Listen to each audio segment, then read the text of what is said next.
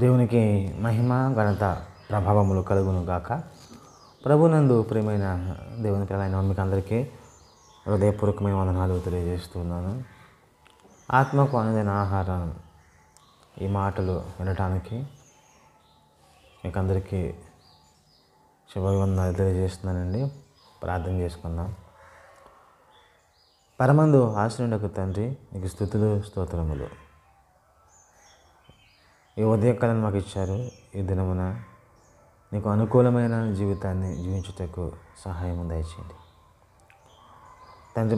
మేము ఏ స్థితిలో ఉన్నా, ఎక్కడ ఉన్నా నిన్ను స్తుతించటానికి సహాయం మాకు అందించండి. కేవలం నోటి మాటతో మాత్రం కాదు కానీ తండ్రి, జీవితము ద్వారా నిన్ను ఆరాధించుటకు సహాయం చేయమని ప్రార్థిస్తూ ఉన్నాం తండ్రి. ఈ ఆత్మకు అనుదైన ఆహారము ఈ కార్యక్రమంలో మీ మాటలు మాకు తెలియజేయండి. నిర్దోష మార్గమందు మమ్మల్ని నడిపింపచేసి మీరే మహిమ పొందుకోమని క్రీస్తు వారి నామములు ప్రార్థిస్తూ ఉందని మా పరమ తండ్రి, ఆమేన్.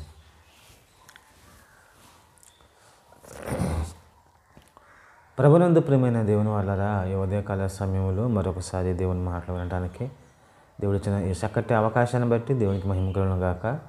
మీకు అందరికీ వందనాలు. మరొకసారి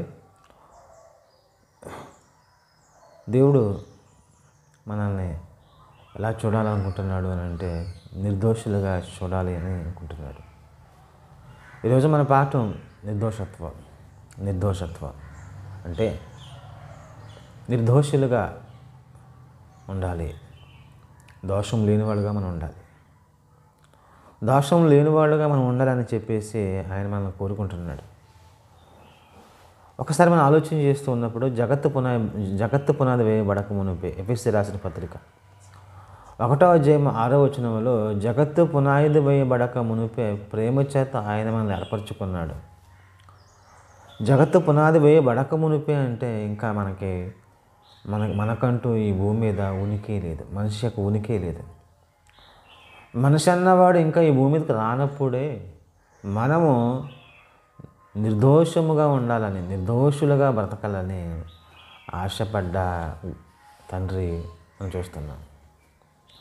అంటే దేవుని ఆశ ఏనాటిది అని అంటే, జగత్తు పునాది వేయబడక మునిపే అనే ఆశ. ఏంటో ఆశ అంటే, నేను పుట్టించిన పిల్లలందరూ కూడా నిర్దోషులుగా ఉండాలి.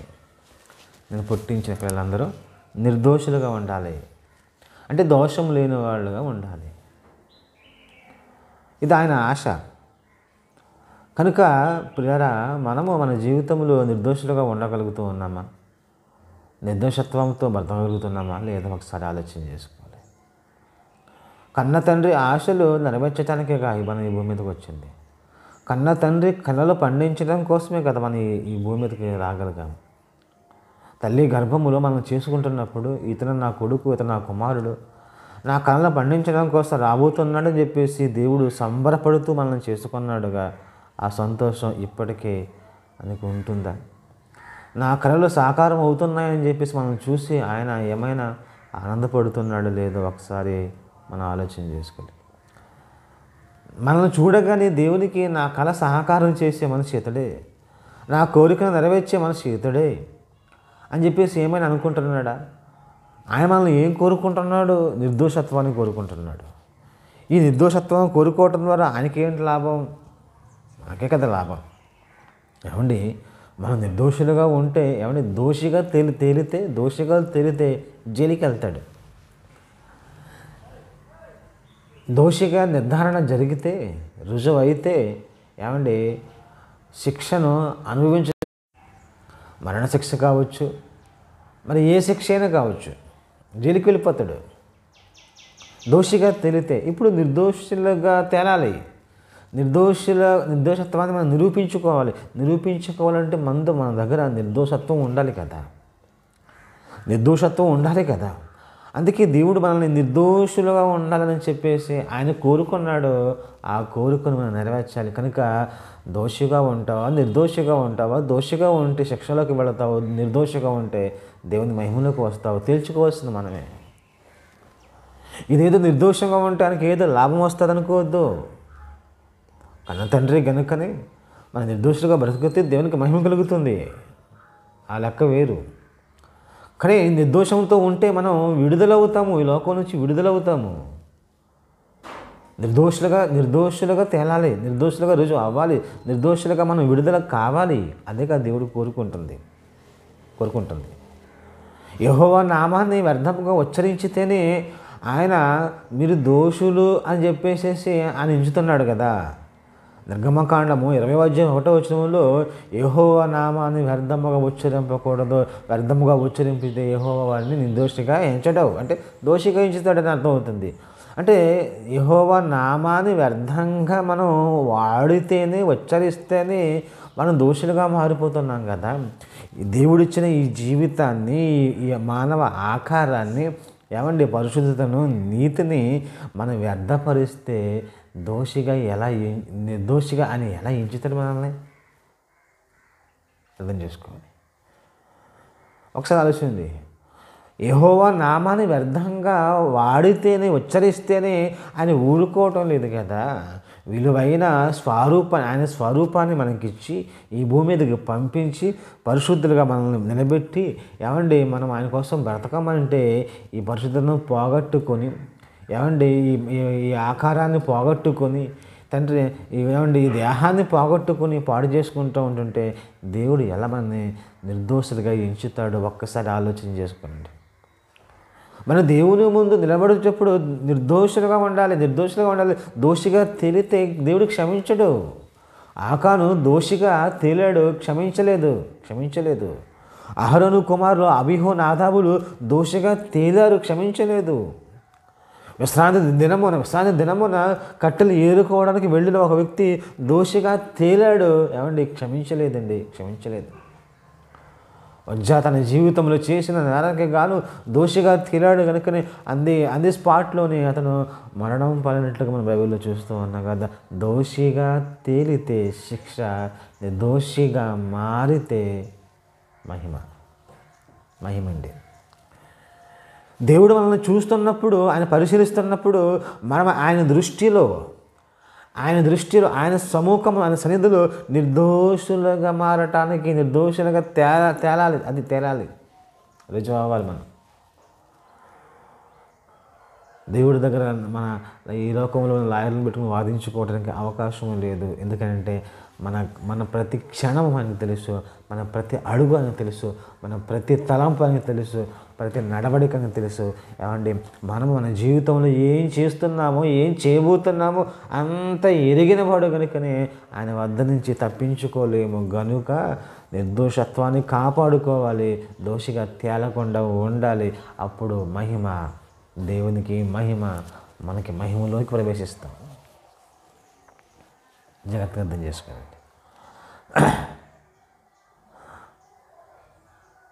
ఏమంటే కీర్తన గ్రంథంలో కూడా ఒక చక్కటి మాట కనపడుతుంది. ఏంటి మాట అంటే, ఏమంటే కీర్తన గ్రంథం 19వ కీర్తన 8వ వచనంలో యెహోవా ఉపదేశము నిర్దోషమైనది.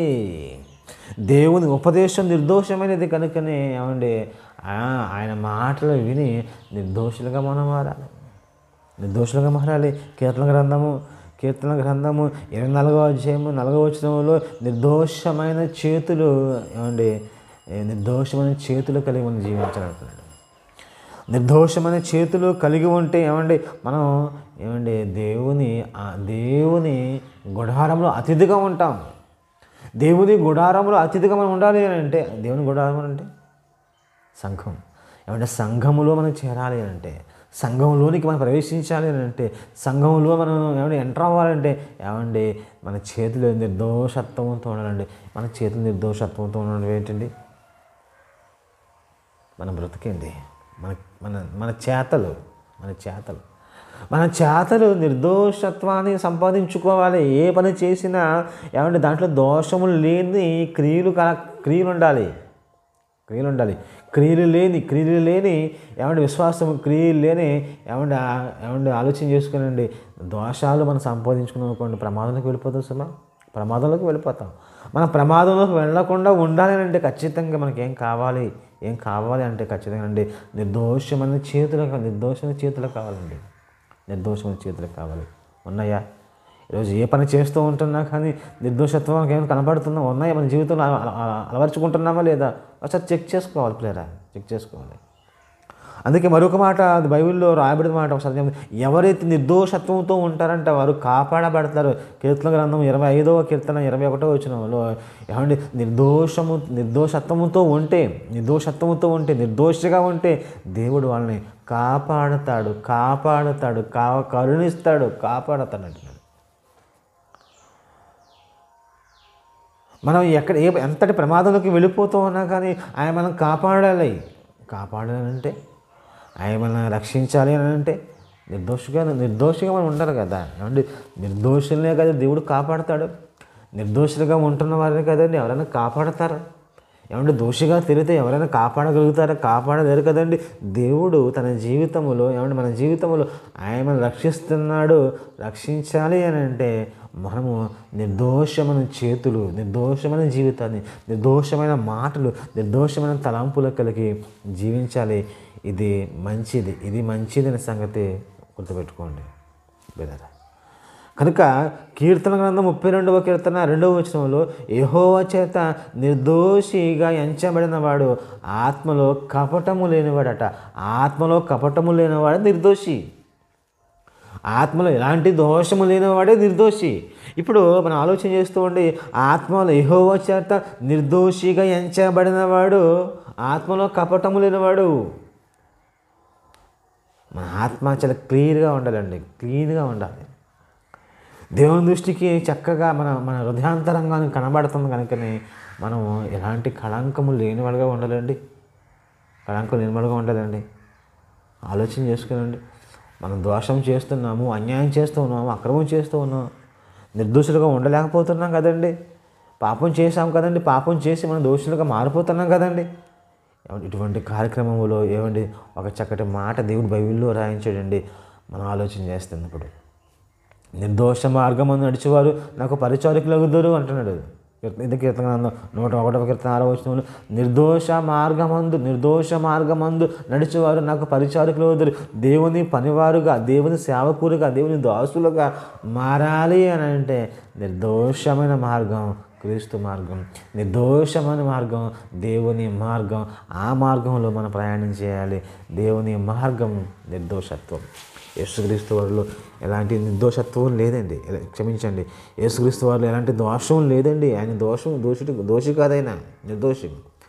ఆత్మలో కపటము లేనివాడు, నిష్కళంకమైన భక్తి, నిష్కళంకమైన జీవితాన్ని గడిపినవాడు ఆయన.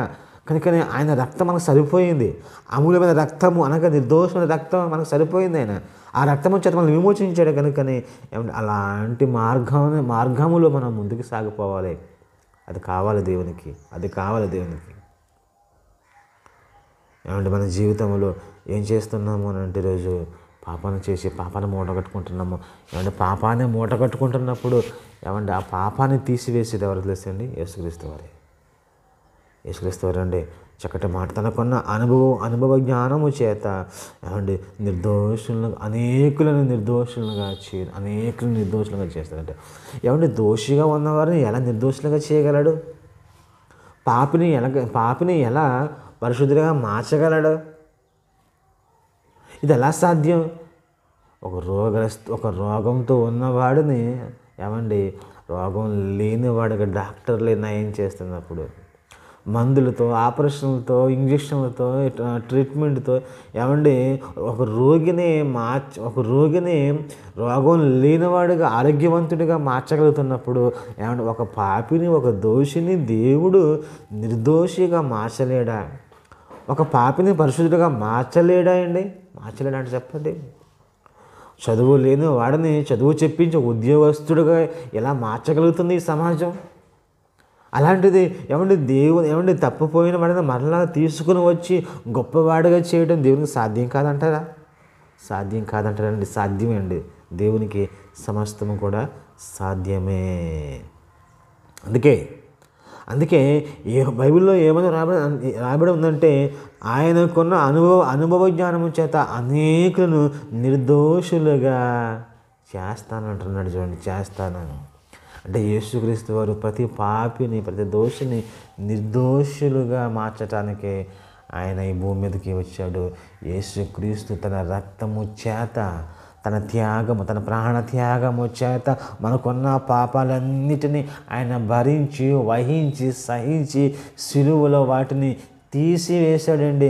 ఆయన తీసివేయడం ద్వారా మన మీద ఉన్న నేరము, మనకున్న దోషము పోయింది.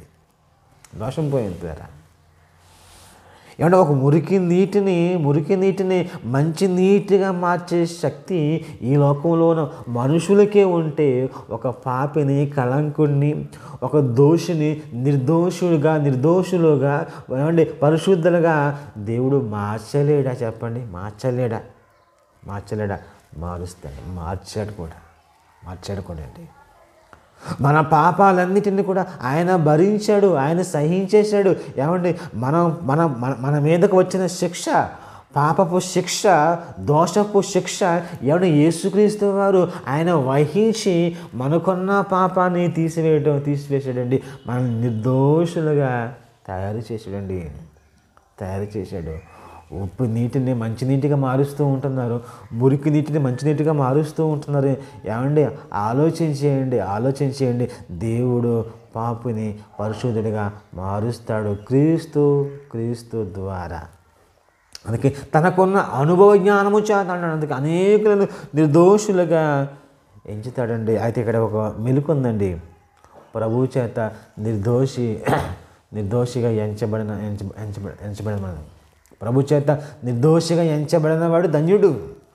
ప్రభు చేత నిర్దోషిగా ఎంచబడాలంటే ప్రభువును ఒప్పుకోవాలి, నోటితో ఒప్పుకోవాలి, హృదయంలో విశ్వసించాలి. నేను పాపము చేశానని చెప్పేసి ఒప్పుకోవాలి. రక్షించేది నువ్వేనని చెప్పేసి ఒప్పుకోవాలి. అలాగే ఒప్పుకొని పశ్చాత్తాపడితే, మారు మనసు పొందుకుంటే, మారు మనసు పొందుకుంటే ఏమండి మనము నిర్దోషులుగా ఆయన మలుస్తాడంట. చూడండి, రోమాపత్రిక 4వ అధ్యాయము 7వ వచనంలో చూస్తున్నప్పుడు, రోమాపత్రిక 4వ అధ్యాయం 7వ వచనంలో ఏమండి తన పాపములకు పరిహారము నొందినవాడు ధన్యుడు. ఎలా పరిహారం ఎలా జరిగింది? క్రీస్తు ప్రాణ త్యాగము, క్రీస్తు రక్తం ద్వారా పరిహారము జరిగింది కనుకనే ఏమండి మనము ఏమండి మనకి నిర్దోషత్వం వచ్చేసింది. నిర్దోషులుగా తేలాం. క్రీస్తు రక్తం ద్వారా నిర్దోషులుగా మారిపోయాము. క్రీస్తు మన నిర్దోషులుగా మార్చేశాడు. ఒక సైంటిస్టు, ఒక డాక్టరు మురికి నీటిని మంచినీటిగా మారుస్తూ ఉంటున్నప్పుడు, ఒక రోగిని ఆరోగ్యవంతుడిగా మారుస్తూ ఉంటున్నప్పుడు, ఒక పాపిని దేవుడు మార్చలేడా? మార్చగలడా? దేవుడు మన పాపాన్నిటిని కొట్టేశాడు, దోషాలన్నింటిని కూడా తీసేసాడు, పరిశుద్ధులుగా మళ్ళీ చేశాడు. ఇంకో మాట చూసినప్పుడు ఎఫెసీ పత్రిక 1వ అధ్యాయము ఎఫెసీ రాసిన పత్రిక ఏమండి ఆలోచన చేయండి. ఎఫెసీ రాసిన పత్రిక 5వ అధ్యాయము 27వ వచనంలో వాక్యముతో ఉదక స్నానము చేయించి ఏమండి మనల్ని నిర్దోషులుగా మన చేశాడండి. నిర్దోషత్వం వచ్చేసింది మనకి. క్రీస్తు తన ప్రాణ త్యాగం ద్వారా వాక్యం ఎలాంటిదంటే అండి, నిర్దోషమైన దాని చేత మనల్ని నిర్దోషులుగా మార్చేసాడు. యాసిడ్ ఉంటుంది కదండి, యాసిడ్ అంటే ప్యూర్, పరిశుద్ధత కలిగింది. అది ఎక్కడ పడినా కానీ అక్కడ ఏం చేస్తుంది చెప్పండి, అది ప్యూర్ చేసేస్తుంది, అంటే శుభ్రం చేసేస్తుంది. ఒక యాసిడ్ ఎక్కడ పడినా కానీ అక్కడ క్లీనింగ్ చేస్తుంది ఒక యాసిడ్. అదేవిధంగా అండి యేసు రక్తం ఎక్కడ పడినా, యేసుక్రీస్తు వారు ఎక్కడ ఉన్నా కానీ ఆ ప్రదేశాన్ని, ఆ వ్యక్తిని క్లీన్ చేస్తాడు, శుభ్రపరుస్తాడు. అంటే ఒక వ్యక్తి యేసుక్రీస్తు ఏమండి ఏం చేస్తున్నాడు అని అంటే, నీతిమంతుడుగా, నిర్దోషులుగా, పాపము లేని వారుగా ఆయన మార్చుచున్నాడు. ఇది ఎంత భాగ్యం అండి, ఎంత భాగ్యం. యేసుక్రీస్తు వారు ఒక దోషిని నిర్దోషిగా మార్చేశాడంటే ఎంత గొప్ప భాగ్యము. దేవుని చేత మనం నిర్దోషులుగా మారిపోయామంటే ఇది ఎంత గొప్ప భాగ్యం అండి. ఈ భాగ్యాన్ని నిలబెట్టుకోండి దయతో, ఈ నీతిని నిలబెట్టుకోండి దయతో.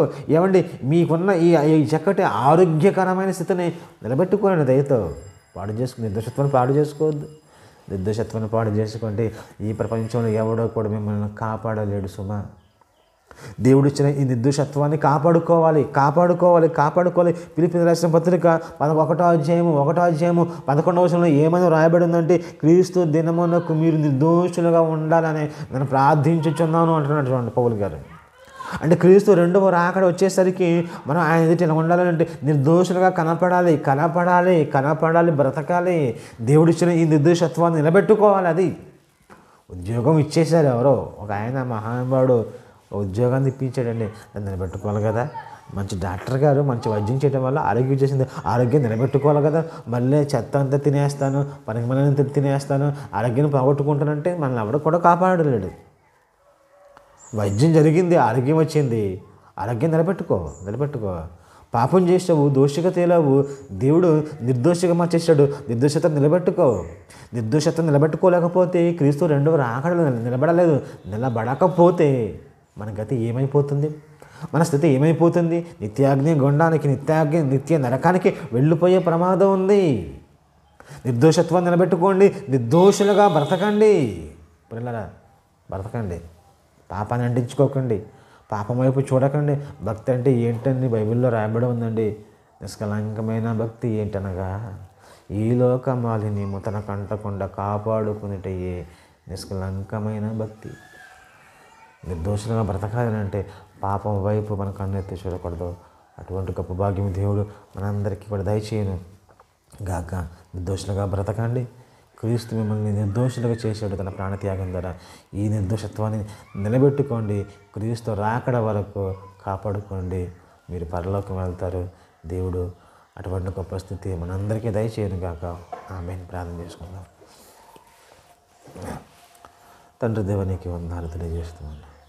ఈ ఉదయకాల సమయంలో పిల్లలకు ప్రార్థిస్తూ ఉన్న మహిమ మీరు పొందండి, కాంతి మీరు పొందండి. ఏ మాటలైతే విన్నామో ఆ మాటల ప్రకారం జీవించడానికి సహాయం చేయండి. నిర్దోషత్వాన్ని మేము కాపాడుకునే స్థితి మాకు దయచేయండి.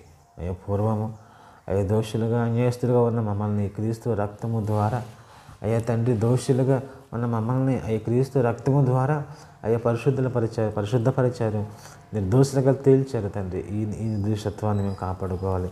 ఈ నిర్దోషత్వం వైపు మేము అడుగులు వేయాలి. నిర్దోష మార్గమును నడిచేటకు మాకు సహాయం చేయమని ప్రార్థన చేస్తున్నాను. ఎందరైతే మాటలు వింటున్నారు, వినబోతూ ఉన్నారు, వారందరినీ దీవించి బలపరిచే ఆరోగ్యం, ఆయుష్ దయచేయండి, క్షేమాన్ని దయచేయండి తండ్రి. నీతిగా బ్రతకడానికి కృపను గ్రహింపచేయని ప్రార్థన చేస్తూ ఉన్నాను తండ్రి. నీ కొందనాలు ఈ సమయంలో సంఘాన్ని బట్టి ప్రార్థన చేస్తున్న సంఘాన్ని దీవించి బలపరచండి, ఆరోగ్యం, ఆయుష్ దయచేయండి, క్షేమాన్ని దయచేయండి. నీ సత్య మార్గమందు, నీ నిర్దోష మార్గము నడుచుటకు సంఘానికి సహాయం చేయండి. నేను ఇచ్చిన నిర్దోషత్వాన్ని నిలుపుకునే భాగ్యము దయచేయమని ప్రార్థన చేస్తున్నాను తండ్రి. దేవానికి వందనాలు. ఈ సమయంలో ప్రార్థన చేస్తున్న సంఘంలో అనారోగ్యంతో ఉన్న వారిని జ్ఞాపకం చేసుకోండి తండ్రి. నీకు వందనాలు. నాగమణకను బట్టి, రాకేష్ని బట్టి తండ్రి, పైడి సంజయరావు గారిని బట్టి, కుమారాకని బట్టి తండ్రి, జీ కుమారి గారిని బట్టి ప్రార్థన చేస్తూ ఉన్నాను తండ్రి. ఇగో తండ్రి, ఇంకా ఎవరైతే అనారోగ్యంతో బాధపడుతున్నారో వాళ్ళని కూడా జ్ఞాపకం చేసుకుని, కిటును కూడా జ్ఞాపకం చేసుకునండి. బ్లడ్ ఇన్ఫెక్షన్ నుంచి విడిపించుకుని ప్రార్థన చేస్తూ ఉన్నాను తండ్రి. నీకు వందనాలు అయ్యా తండ్రి. ఇంకెవరైతే అనారోగ్యాలతో బాధపడుతున్నారో వాళ్ళందరినీ కూడా మరి జ్ఞాపకం చేసుకోండి. ఈ నెల తండ్రి 2వ శనివారం జరగబోయే సువార్త యాత్రలో నీ సహాయము, నీ కాపుదల దయచేయండి. ఇవాళ నీకు మహిమకరంగా జరుగుటకు, అనేకులకు మేలుకరంగా జరుగుటకు సహాయం చేయండి. 22వ తారీఖున జరగబోయే సభ కోసం కూడా నీకు వందనాలు. మంచిగా సభ జరుగుటకు సహాయం చేయమని ప్రార్థన చేస్తున్నాను. మా దేశాన్ని, రాష్ట్రాన్ని, మా గ్రామాన్ని స్వస్థపరచండి అయ్యా తండ్రి. ఎటువంటి ఇతర అలవాట్లు లేని సమాజంగా మలచమని ప్రార్థన చేస్తూ ఉన్నాను. నాయకుల్ని జ్ఞాపకం చేసుకోండి, అధికారులు మీరు జ్ఞాపకం చేసుకోండి. అది స్వచ్ఛమైన పరిపాలన చేయటానికి అయ్యా నీ స్వచ్ఛమైన తండ్రి వాక్య పరిజ్ఞానం విడలకు అనుగ్రహింపచేయమని ప్రార్థన చేస్తున్నాను తండ్రి. మా దేశాన్ని కాపాడండి. మా నుంచి తండ్రి పాపం నుంచి మా దేశాన్ని కాపాడి రక్షింపచేయమని మీరే మహిమ పొందుకోమని యేసుక్రీస్తు వారి నామములో ప్రార్థించి అడిగి వేడుకొనిచున్నాను మా పరమ తండ్రి. ఆమేన్. తండ్రి అయిన దేవుని ప్రేమ, కుమారుడైన క్రీస్తు కృప, పరిశుద్ధాత్మ సన్నిధి, దీవెన కాపుదల సదాకాలం మీకు కలుగునుగాక. ఆమేన్. అందరికీ వందనండి. ప్రభునందు ప్రేమ దేవుని వల్లరా మరొకసారి జ్ఞాపకం చేసుకోండి. ఈ మాటలు మీకు ఆశీర్వాదకరంగా, దీవెనకరంగా, మీ ఆత్మకు మేలుకరంగా ఉంటే ఖచ్చితంగా ఈ మాటలను ఫాలో అవ్వండి, వినండి, నిర్దోషులుగా ఉండండి. క్రీస్తు రాకడ వరకు మీ నిర్దోషత్వాన్ని కాపాడుకునండి. దేవుడు దీవించును గాక. Amen. Thank you very much. God bless you all.